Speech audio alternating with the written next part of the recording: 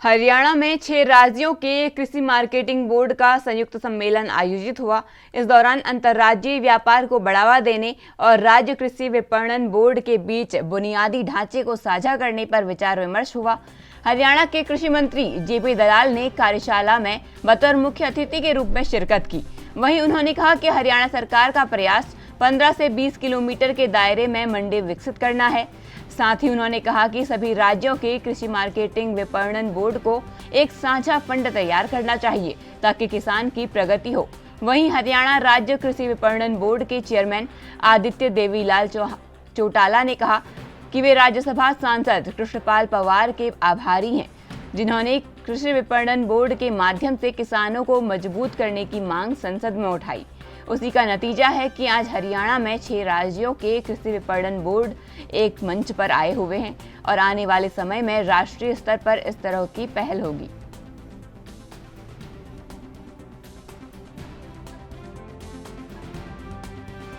Haryana agriculture marketing board द्वारा ये एक सेशन ब्रेनस्टॉर्मिंग का काम किया गया, कॉन्फ्रेंस की गई, जिसमें 6 प्रदेशों से मार्केटिंग बोर्ड के अधिकारी, चेयरमैन इसमें आए और लक्ष्य सभी का ये है कि किसान की आमदनी कैसे बढ़ाई जाए। ये सच्चाई है कि किसान अपने प्रोडक्ट को अपने नज़दीकी मंडी में बेच देता है। 90% 95% किसानों की रीच नहीं है। हम ऐसा कोई प्लेटफॉर्म तैयार करने के बारे में चर्चा कर रहे हैं कि साउथ का किसान जो नारियल बेचना चाहे तो उसको यहाँ मंडी, गोदाम, कोल्ड स्टोरेज मिले। सरसा का, पंजाब का किसान अगर अपना किन्नू बेचना चाहे तो उसको गोवा में सुविधाएं मिले। राजस्थान का किसान देसी बाजरा बेचना चाहे तो उसको वहाँ पर व्यवस्था मिले। मध्य प्रदेश का किसान सरबती गेहूं बेचना चाहे तो उसको यहाँ मंडी में अलग से व्यवस्था मिले। अभी जो इस तरह के कारोबार होते हैं, व्यापारी करते हैं, लेकिन उसका लाभ किसान को मिलने के बजाय व्यापारी लेता है। तो सभी मार्केटिंग बोर्ड के अधिकारी, चेयरमैन ये मिलकर के एक ऐसी व्यवस्था के बारे में विचार कर रहे हैं कि आपस में एक दूसरे की जो इंफ्रास्ट्रक्चर है उसको साझा करें, पेमेंट का कोई प्लेटफॉर्म डेवलप करें कि किसान को चिंता करने की जरूरत ना हो कि यहाँ का किसान गोवा में माल बेचे तो उसको पेमेंट की जिम्मेवारी हमारा मार्केटिंग बोर्ड दे, या वहाँ का किसान हरियाणा में माल बेचे तो वहाँ का तो मार्केटिंग बोर्ड पेमेंट की जिम्मेवारी ले।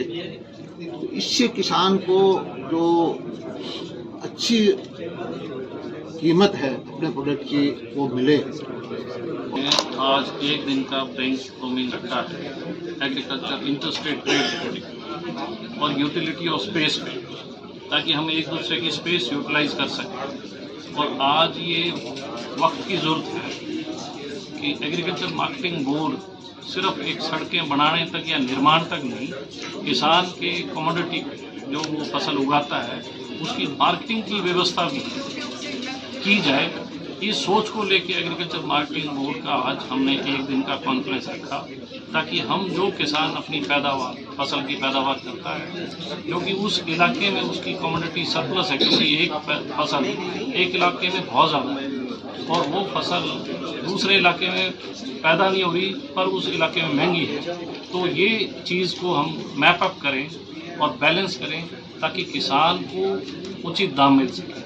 और ये क्रांतिकारी कदम आज हरियाणा, पंजाब, गोवा, राजस्थान, असम और उत्तराखंड 6 स्टेटों ने एक आपसी तालमेल करके ये क्रांतिकारी कदम किसानों के लिए पूरे हिंदुस्तान के अंदर हरियाणा, पंजाब, उत्तराखंड, गोवा, राजस्थान, असम का किसान एक दूसरे के साथ ट्रेड करे और उसे उचित दाम मिले। और सबसे बड़ी बात, महंगाई जो है वो आम उपभोक्ता को बड़ा परेशान करती है, क्योंकि एकदम किसी चीज़ के दाम आसमान छूते हैं। तो किस तरीके से दाम पे भी निरंतर रखा जाए ताकि उपभोक्ता को भी लाभ मिल सके। किसान और उपभोक्ता को दोनों को देखते हुए हमने ये पहल करने का काम किया, जिसकी सराहना हमारे देश के उपराष्ट्रपति धनखड़ साहब ने भी की।